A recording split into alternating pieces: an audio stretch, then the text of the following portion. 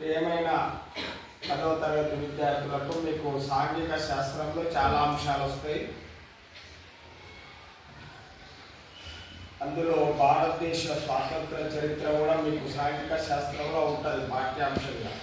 ఎందుకంటే మన దేశ చరిత్ర తెలుసుకుంటే మన దేశ చరిత్ర మొఘళ్ళ పరిపాలన తర్వాత ఆంగ్లేయులు వ్యాపార నిమిత్తం వచ్చి సుమారు 200 సంవత్సరాలు మన దేశంలో రాజుల అనైక్యత వల్ల మన దేశం పైన పెత్తనం చెలాయిస్తున్న కాలంలో అప్పుడు మన దేశ జాతీయ నాయకులు స్వాతంత్ర సమరం కొరకు ఎన్నో పోరాటాలు చేశారు. అందులో అతివాదులు మితవాదులు ఉంటారు. మితవాదులు అంటే శాంతియుతంగా పోరాటం చేసి స్వాతంత్రం సాధించుకోవాలనేవాళ్ళు. అతివాదులు అంటే హింస ద్వారానే స్వాతంత్రం సాధించాలని. అట్లా అతివాదుల్లో మన నేతాజీ సుభాష్ చంద్రబోస్ గారు ముందు వరుసలో ఉంటాడు. ఎందుకంటే గాంధీ మహాత్ముడు శాంతియుతంగా స్వాతంత్ర పోరాటం చేయాలంటే కాదు, సాయుధ పోరాటం ద్వారానే స్వాతంత్రం సాధించవచ్చని పోరాటం చేసింది. అందులో నేతాజీ సుభాష్ చంద్రబోస్ అంటే సాయుధ పోరాటం అంటే హింసనే చేయాలి, అంటే ఆంగ్లేయులు మనల్ని ఎట్లా వేధిస్తున్నారో వాళ్ళని అట్లా తరిమి కొట్టాలి అని చెప్పిన మహనీయుడు సుభాష్ చంద్రబోస్. సుభాష్ చంద్రబోస్ గారు 1897 జనవరి 23న ఒరిస్సా రాష్ట్రంలో కటక్ అనే పట్టణంలో జానకీనాథ్ బోస్, ప్రభావతి బోస్ అనే పుణ్య దంపతులకు జన్మించారు. ఒక బ్రాహ్మణ కుటుంబంలో జన్మించారు. ఆయన చిన్నప్పుడే చురుకైన విద్యార్థి. మన భారతదేశంలో మొట్టమొదట ఐఏఎస్ సివిల్ సర్వీస్లో 4వ ర్యాంకులో ఎన్నికైంది. తెలుసా?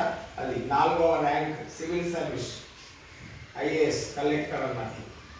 కానీ ఆయన 1 సంవత్సరం ఆ ఉద్యోగంలో ఉండి తర్వాత ఉద్యోగానికి రాజీనామా చేసి అప్పుడు మహాత్మా గాంధీ సహాయ నిరాకరణ ఉద్యమం చేస్తున్నాడు ఆంగ్లేయుల పైన. గాంధీతో పాటు పోరాటంలో స్వాతంత్ర సమరంలోకి వచ్చాడు. ఎవరు? నేతాజీ సుభాష్ చంద్రబోస్. వచ్చిన తర్వాత గాంధీతో పాటు భారత జాతీయ కాంగ్రెస్ ఆ రోజు అధ్యక్షుడిగా కూడా 2 సార్లు ఎన్నికయ్యాడు. కానీ కొన్ని అనివార్య కారణాల వల్ల గాంధీతో విభేదించి కాంగ్రెస్ నుంచి దూరం అయ్యి ఆల్ ఇండియా ఫార్వర్డ్ బ్లాక్ అనే ఒక పార్టీని సంస్థను పెట్టుకున్నాడు. పెట్టుకున్న తర్వాత ఆయన ఆ రోజుల్లో ఆ సంస్థ గొడుగు కింద పనిచేస్తూ అప్పుడే మీకు చరిత్రలో వస్తుంది 1939, 1945 రెండవ ప్రపంచ యుద్ధం. ఆ కాలంలో ఇంగ్లాండ్కి శత్రు దేశాలైన రష్యా, ఇటలీ, జర్మనీ, జపాన్లతో సఖ్యతగా ఉండి ఆ దేశాలకు ఆఫ్ఘనిస్తాన్ ద్వారా రష్యా, జర్మనీ, ఇటలీ వెళ్ళి వాళ్ళతో సఖ్యత చేసి మా దేశానికి స్వాతంత్రం కావాలి, మీరు ఎట్లాగా ఇంగ్లాండ్పై పోరాడుతున్నారు కనుక మీరంతా మాకు సహకరించండి అని వాళ్ళ దగ్గర సఖ్యతగా ఉంటాడు.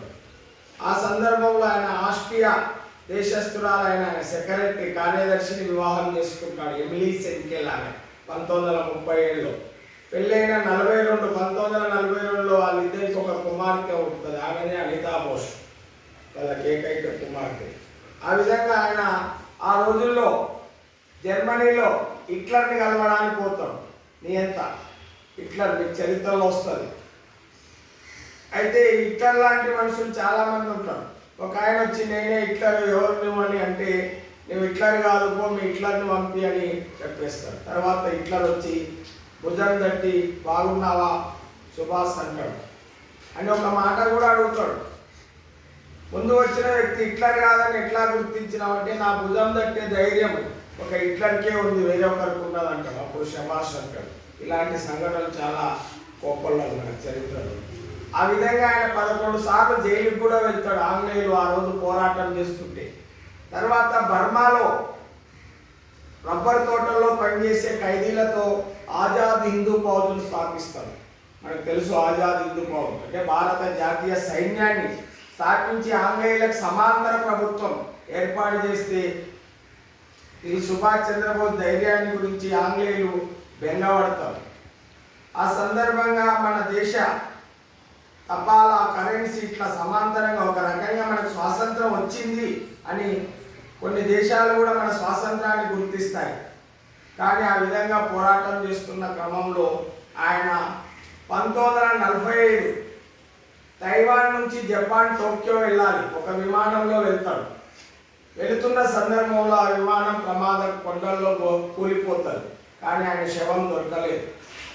కనుక ఆగస్టు 18, 1945లో సుభాష్ చంద్రబోస్ విమాన ప్రమాదంలో మరణించాడని, లేదు మరణించలేదు, ఒక సన్యాసిగా ఉన్నాడు, జీవించాడని ఇట్లా చరిత్రలో భిన్నాభిప్రాయాలు ఉన్నాయి. మన భారతదేశ ప్రభుత్వం కూడా ఆయన మరణంపై విచారణ చేసిన ఇంతవరకు అతిగతి తేలలేదు. అంటే అందుకే ఆయన మరణం లేని వ్యక్తి ఎవరన్నా ఉన్నారంటే చరిత్రలో సుభాష్ చంద్రబోస్. మనం ఆగస్టు 18 అని ఎట్లా చెప్తున్నామంటే ఆ రోజు విమాన ప్రమాదం జరిగింది. 1945 ఆగస్టు 15లో ఆయన మరణించినట్లు. పుట్టింది 1897 జనవరి 23, మరణించింది 1945 ఆగస్టు 18. అంటే మరణించిందంటే విమాన ప్రమాదం జరిగింది, కానీ శవము ఆయన శరీరం దొరకలేదు. కనుక మరణించిన కొన్ని రోజులు ఎక్కడో అక్కడ ఉత్తర భారతంలో ఒక సన్యాసి నేనే సుభాష్ అని చెప్పుకున్నాడు, కానీ దానికి కూడా ఆధారం లేదు. కనుక ఈ విధంగా సుభాష్ చంద్రబోస్ అంటే ఒక చరిత్రలో భారత స్వాతంత్ర సమరంలో అగ్రగణ్యుడు, సాయుధ పోరాటం ద్వారానే స్వాతంత్రం వస్తుందని చెప్పిన మహనీయుడు.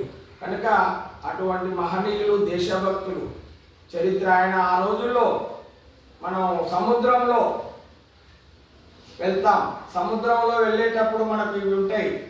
ఏది జలాంతర్గామిలో కూడా మారుతాడు, సముద్ర లోపల ప్రయాణిస్తాయి జలాంతర్గాములు, అందులో కూడా వెళ్తాడు.